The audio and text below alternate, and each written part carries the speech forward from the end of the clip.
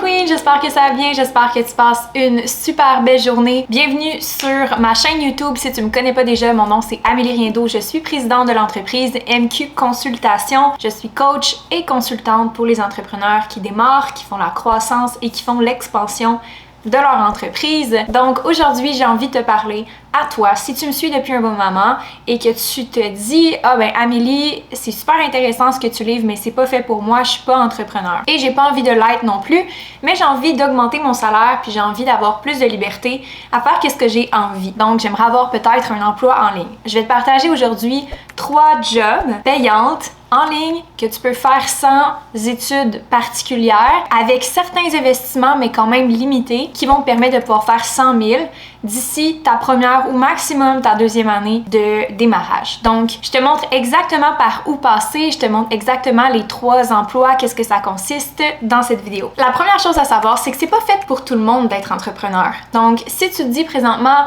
ah, mais tu sais, j'ai toujours rêvé d'avoir mon entreprise, cette vidéo-là est pas pour toi. Ceci étant dit, en étant moi-même entrepreneur, j'ai rencontré plusieurs personnes au cours des 3 dernières années, puis je me suis rendu compte que c'était vraiment correct de vouloir être travailleur autonome puis d'avoir un super bon salaire. Avoir 100 000 de salaire, c'est beaucoup au Québec, au Canada. Donc, c'est vraiment possible pour toi d'atteindre cet objectif-là avec le numérique maintenant en ligne parce que c'est l'offre et la demande. Donc, en ce moment, il y a moins d'offres que de demandes et donc c'est une super belle opportunité pour toi de rejoindre ce mouvement-là et de faire le pivot. Je t'explique exactement comment faire le pivot si tu es employé en ce moment et je t'explique comment mes clientes l'ont fait également. La première chose à comprendre, c'est que tu peux ne pas faire le pivot du jour au lendemain et c'est correct. La première étape, c'est qu'il faut que tu identifies ta capacité à subvenir à tes besoins pendant une période de temps X, le temps que tu te lances. Si tu es employé et que tu désires te lancer bientôt, est-ce que tu pourrais te prévoir un fonds d'urgence et un coussin financier pour effectuer la transition pour qu'au moins les premiers mois, même si tu n'as pas de revenus, tu puisses quand même subvenir à tes besoins? C'est sûr et certain que ça te pousse à sortir de ta zone de confort puis aller chercher des clients et faire les choses en conséquence, mais je vais t'expliquer comment tu peux réduire le risque. La deuxième chose à savoir, c'est OK, comment je peux prendre des clients maintenant avant de faire la transition. Si tu as un emploi traditionnel, tes employeurs exigent que tu fasses que ce travail-là la plupart du temps. Il y a d'autres employeurs qui disent que ça leur dérange pas que tu fasses autre chose à l'extérieur de tes heures de travail, en autant que ça soit pas dans les heures de travail. Et il y a des employeurs qui disent ça me dérange pas que tu travailles pendant tes heures de travail, exemple que tu as des travaux d'université ou que tu as d'autres choses à faire pour occuper ton temps, ça me dérange pas que tu travailles. Donc selon ton entente de travail, bien vérifier et demander avant de le faire, tu peux travailler en même temps à bâtir ton activité pendant que tu as un emploi actuel. Pourquoi je dis ça, c'est que c'est plus facile de partir en affaires ou comme travailleur autonome quand tu as déjà une base de clients. Donc ce que je commencerai à faire, c'est de regarder autour de moi, dans mon contact, comment je peux élargir mon contact pour pouvoir subvenir davantage aux besoins des gens autour de moi. Je vais vous expliquer maintenant les 3 emplois que je crois qui vont exploser dans les prochaines années et qui sont déjà en train de croître, qui te permettraient de gagner 100 000 par année dans ta première ou deuxième année.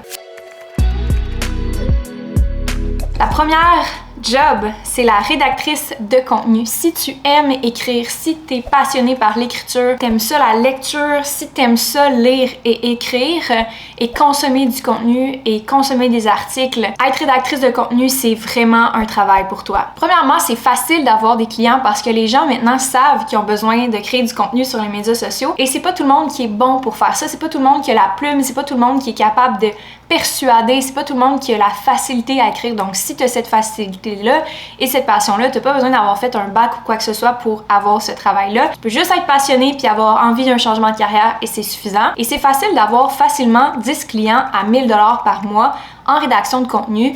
En fait, en moyenne, les entreprises de mes clientes dépensent au moins environ 1 000 $ par mois en marketing. Donc ça, c'est sans compter bien sûr les visuels et les créations, mais ça fait même pas partie de ton travail. Si tu fais juste la rédaction, tu pourrais facilement avoir 10 clients à 1 000 $ par mois et tu aurais un salaire de 100 000 par année avec seulement 10 clients. On s'entend, 10 clients, ça peut être quand même un peu de gestion. Donc, c'est sûr et certain qu'il faut que tu considères ce volet-là qui est un petit peu différent d'avoir un emploi où est-ce que tu t'occupes pas de la gestion des clients. Mais dans un certain sens, c'est vraiment différent d'avoir 10 clients que d'en avoir 200 comme moi. Donc, la charge est différente versus un entrepreneur Donc, c'est l'avantage d'avoir vraiment un modèle plus travailleur autonome. Il y a aussi le fait que tu n'as aucune dépense associée, donc tu n'es pas obligé de payer quelqu'un pour faire quoi que ce soit d'autre. Tu peux t'occuper de la gestion de tes 10 clients. Et à un certain moment donné, oui, tu vas atteindre le top, donc 100 000, parce que tu ne pourras pas avoir plus de temps. Et là, tu décideras à ce moment-là si tu décides de poursuivre comme agence de création de contenu, comme formatrice, peu importe, comme vlogueuse, comme youtubers. Il y a un infini de possibilités devant toi, mais tu n'es pas obligé de faire ça non plus. Le deuxième travail que tu pourras avoir, c'est créatrice de visuel. Et je vais appeler ça créatrice d'univers visuel. Parce que contrairement à une designer graphique ou à une designer web ou à un photographe ou à quelqu'un qui fait purement juste des vidéos, une créatrice d'univers visuel, c'est celle qui va mettre le contenu sur les médias sociaux. Donc c'est elle qui va gérer et les photos et les vidéos et les visuels pour faire en sorte que tout soit accessible sur les médias sociaux. Donc, ce que je rencontre, en fait, c'est que beaucoup de mes clientes vont travailler avec des designers graphiques, des designers web, mais ces clientes-là n'ont pas le résultat qu'elles veulent au bout de la ligne, qui est de créer plus de contenu sur les médias sociaux, autant vidéo que photo que texte. Donc, la créatrice d'univers visuel ou celle qui va faire les visuels, c'est sûr que ça prend de la polyvalence. Mais si tu es créative, si tu aimes ça, créer du contenu, puis tu le fais pour toi ou tu le fais pour des amis ou tu le fais on the side ou que tu as toujours rêvé de développer ta créativité puis que tu aimerais ça avoir un travail qui te permet de le faire, tu pourrais facilement avoir 10 clients, encore une fois, à 1000 $ par mois qui te demandent de faire et des vidéos, éditer certains clips ou les filmer, avoir un mandat pour prendre des photos une fois par mois et aussi de mettre tous ces visuels-là sur les médias sociaux, donc en format accessible pour Instagram, Facebook, LinkedIn, YouTube, etc.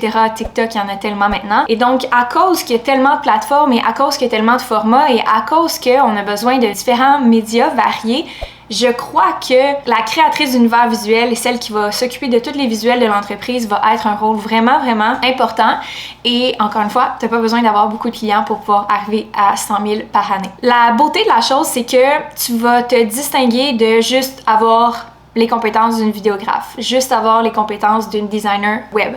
Et ce que je veux dire par là, c'est que c'est moins spécialisé parce que tu es très généraliste, mais des fois, souvent, c'est ça qu'on recherche parce qu'on veut, dans le quotidien, appliquer qu'est-ce qu'on a besoin d'avoir. Donc, oui, je vais peut-être faire une vidéo par un vidéographe parce que j'ai le besoin spécifique, mais qui va s'occuper de monter ces vidéos-là, les regrouper, les publier sur les médias sociaux, les redistribuer sur LinkedIn, refaire des extraits pour mettre sur TikTok, pour mettre sur Réel, refaire des citations avec ça, après ça, repartager ça sur des stories. C'est la créatrice d'univers visuel. Donc, je crois vraiment, de mon opinion, que ça serait quelque chose qui serait en convoitement. La troisième job que je crois qui pourrait gagner 100 000 par année, même si t'es pas entrepreneur, c'est une gestionnaire d'entreprise en ligne.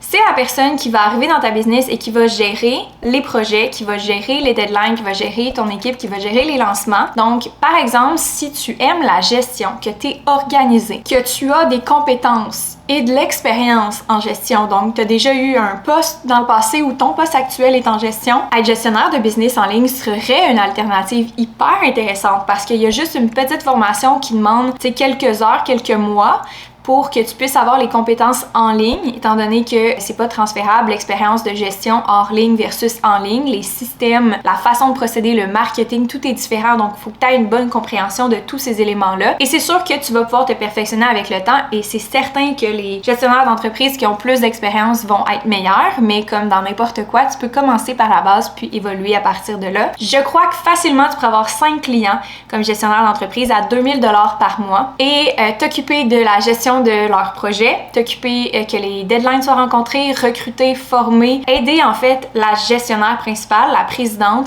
à gérer l'entreprise pour différents projets et la gestion qui vient avec avoir une entreprise. J'ai moi-même fait appel à une gestionnaire d'entreprise. Je peux vous garantir que c'est vraiment, vraiment d'une utilité incroyable. Puis, j'ai l'impression que pour les entreprises qui sont en croissance en ligne, vous allez avoir un marché très chaud, très réceptif à vos services. Donc voici la vidéo d'aujourd'hui. J'espère que vous avez aimé, j'espère que vous avez appris plein de choses. Je sais que c'était pas pour les entrepreneurs cette semaine, mais je voulais vous offrir quelque chose à vous. Si vous écoutez mes vidéos puis vous n'êtes pas entrepreneur et que ça vous pique la curiosité, Le MQ1, c'est mon programme qui vous aide à démarrer votre entreprise en ligne. Donc, si jamais vous êtes rendu à l'étape peut-être en démarrage ou de planifier votre évolution vers le cheminement du travailleur autonome ou de l'entrepreneuriat, le MQ1, c'est une formule qui te permettrait d'atteindre exactement ça comme objectif. Je te laisse les liens dans la description.